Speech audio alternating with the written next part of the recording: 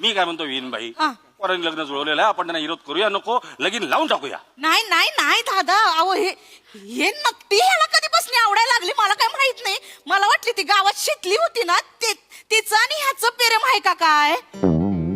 कसली भारी पोरगी होती माहिती का, माझ्या मनातच भरली होती. मला असं वाटायचं का ना, आपल्या घरात सून आली ना ती शितली सारखीच पाहिजे.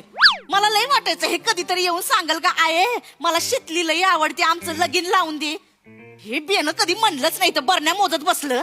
सांगायचं शितली आवडायचं, लगीन लावून दिलं असतं, पण ह्याला ही नक्की आवडली. आय काय ही आत्ता बोलतेस होय तू? म्हणजे आय काय झालं? लग्न झालं तिचं. हे सांगितलं लग्न झालं तिचं, आता काय उपयोग आहे. आय लग्न झालं तिचं, आधी कशाला कचा कचा भांडायचीस तिच्याशी? हे आता घरात सून म्हणून आणायची तर काय आता डोक्यावर चढून बसल म्हणून मग तर धाकात ठेवलं होतं तिला. आय काय तुझे टॅक्टिक्स